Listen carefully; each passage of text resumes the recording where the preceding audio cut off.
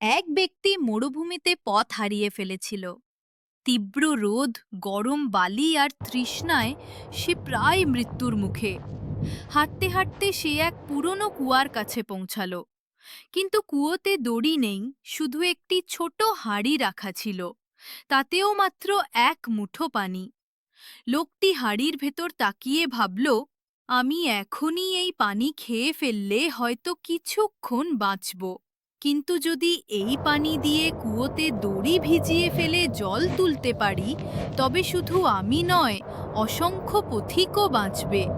সে নিজের তৃষ্ণা দমন করল। পানি দিয়ে দড়ি ভিজিয়ে কুয়া থেকে প্রচুর পানি তুলল। সে শুধু নিজের প্রাণ বাঁচালো না, ভবিষ্যতের অগণিত মানুষকেও বাঁচার ব্যবস্থা করে গেল।